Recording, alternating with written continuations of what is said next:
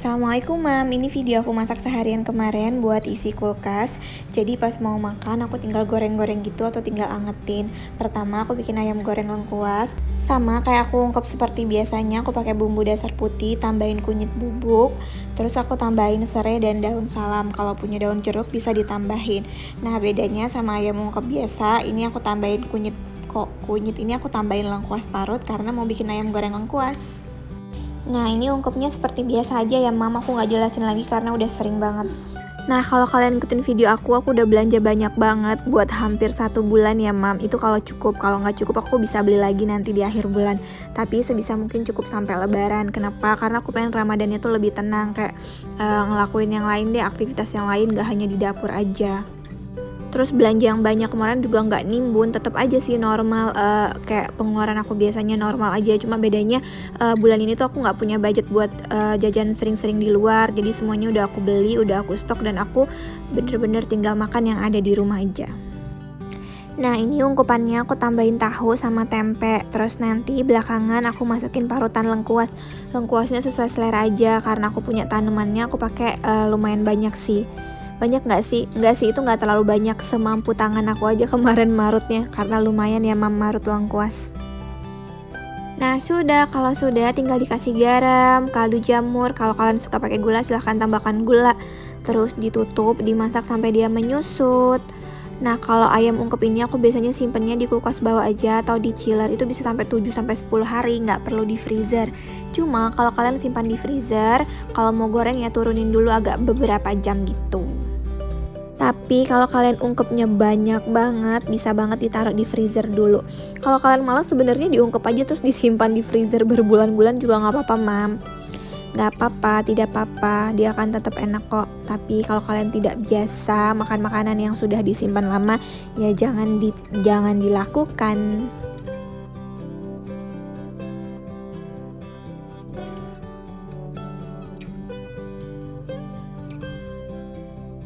Nah udah nih, ini udah kering, tinggal dipindahin ke kotak makan. Terus tunggu uap panasnya hilang, baru ditutup kotaknya dan dimasukin ke kulkas.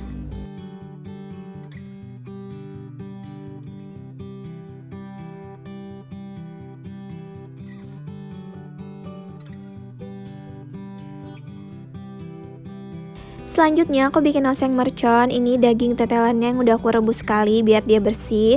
Terus aku bersih-bersihin gitu habis direbus. Habis itu aku presto. Terus tambahin air. Ini airnya aku pakai 1 liter buat 500 gram daging. Selanjutnya tambahin bawang putih yang udah digeprek gitu, sedikit ketumbar sama sedikit garam. Kalau udah ini tinggal ditutup terus di presto 30 menit gitu. 30 menit sih. Nah ini tuh aku bukanya udah besoknya Mam, karena aku prestonya malam. Jadi pas udah matang aku tinggalin aja gitu.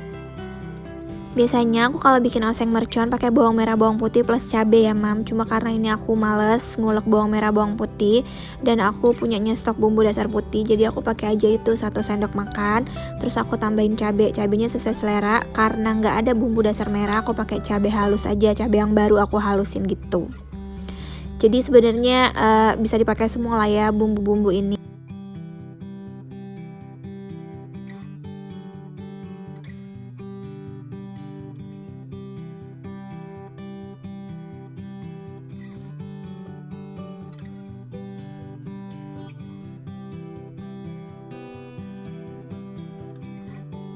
Kalau udah agak berubah warna itu cabenya, masukin dagingnya, terus diaduk-aduk sebentar.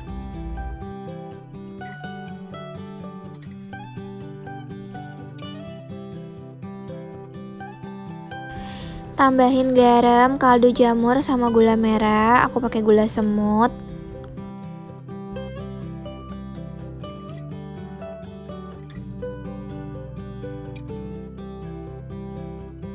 Terus ditambahin tadi air kaldunya, air rebusan. Kalau nggak ada pakai air putih aja. Terakhir aku tambahin sedikit kecap. Nah kalau udah tinggal dimasak sampai menyusut sambil dicicip-cicipin gitu ya Mam.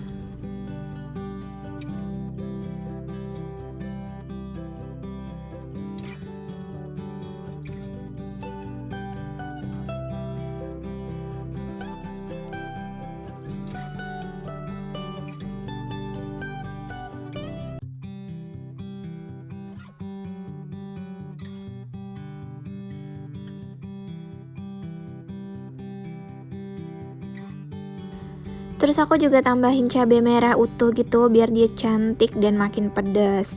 Nah ini udah lumayan menyusut, ini tinggal disimpan aja di kotak, dinginin dulu terus masukin kulkas atau freezer. Udah mirip kan kayak yang dijual orang-orang, jadi nggak usah beli, bikin sendiri aja karena super gampang.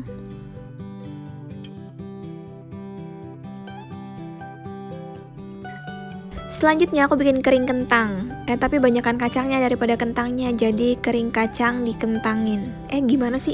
Kering kentang dikacangin. Ya begitulah. Nah ini kacangnya digoreng dulu. Goreng kacang tuh sama kayak goreng bawang merah, hati-hati. Kalau dia udah mulai kuning gitu langsung diangkat aja, karena ketika diangkat nanti dia bakalan terus proses memasaknya. Jangan diangkat pas dia udah gelap warnanya, nanti bakalan pahit karena gosong. Nah ini kentangnya udah diparut terus dicuci bersih gitu sampai air cuciannya itu jernih. Terus digoreng di minyak yang panas. Gorengnya jangan sekali banyak, sedikit-sedikit aja biar cepet mateng. Terus dia nggak terlalu susah misahinnya karena suka nempel-nempel gitu. Nah ini kering kentang kacang versi aku yang nggak ngerti sama sekali sih. Nah kenapa jangan masukin banyak-banyak, karena kan dia bakalan menempel gitu kentangnya. Nah ini sering-sering diaduk kayak gini mam biar dia terpisah. Nah goreng kentang ini karena dia diparut dan tipis banget sama kayak goreng kacang tadi, ketika dia udah terlihat rada renyah dan kuning muda gitu. Gimana sih kuning muda? Kuning terang gitu, langsung diangkat aja karena ketika sudah diangkat nanti dia bakalan menguning lagi. Jadi goreng-goreng kayak gini jangan sampai digoreng sampai dia udah mau gosong ya mam.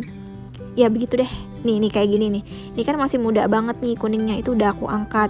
Ketika nanti sampai di ini nih tuh, lihat aja deh, lihat sendiri warnanya bakalan berubah gitu. Ya enggak sih, ya enggak. Ya. Terus ya udah nih aku panasin 1 sendok makan cabai karena cabenya pakai cabai yang baru digiling. Jadi aku panasin cabenya dulu. Terus baru aku tambahin 1 sendok makan bumbu dasar putih. Kalau cabenya pakai stok bumbu dasar merah bisa dimasukin sekalian ya mam. Ini biar nggak langu aja. Langu itu bahasa Indonesia bukan ya? Pokoknya itu. Biar wanginya enak nanti, maksudnya wangi matang bukan wangi mentah. Terus ditumis-tumis aja nih, ditumis-tumis sampai matang.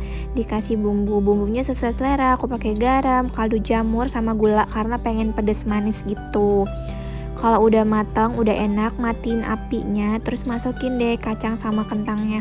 Diaduk-aduk, terus kalau udah tinggal didinginin, masukin ke toples. Sudah deh, simpen sampai habis.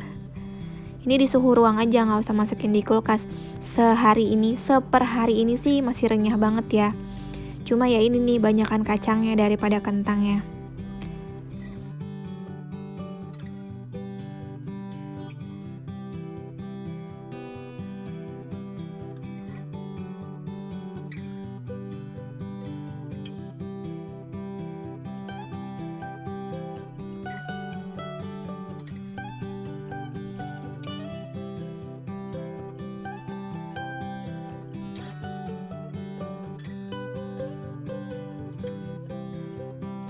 Terakhir aku bikin kolak pisang. Ini 1 liter air ditambahin 2 ikat daun pandan. Terus aku tambahin 4 buah gula merah. Itu 4 biji gula merah. Itu yang kecil-kecil ya mam. Kalau pakai yang gede itu mungkin bisa 2 aja cukup. Terus taburin sedikit garam biar nanti rasanya seimbang. Kalau udah tercampur semuanya aku tambahin 1 sendok makan gula pasir.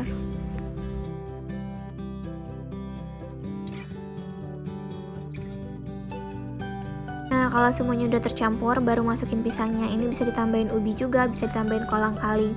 Kalau pisangnya baru belum mateng banget, masak pisangnya lumayan lama sih biar dia lembut. Cuma ini pisang aku udah lumayan mateng, jadi nggak terlalu lama. Ini udah bisa dimakan atau kalian bisa tambahin santan. Aku tambahin santan terus aku matiin si apinya. Ini nggak lama-lama aku panasinnya. Santan itu sebenarnya nggak bagus sih buat dimasak, bagusnya buat langsung dimakan gitu. Dan itu santan fresh yang kalian peras sendiri. Cuma ya udah nggak apa-apa kan sekali-sekali ya. Nah ya udah nih segini aja video aku. Semoga bermanfaat. Kalau kalian udah bosen nonton video aku yang kayak gini aja, kasih tahu dong aku harus bikin video apa. Terima kasih sudah nonton.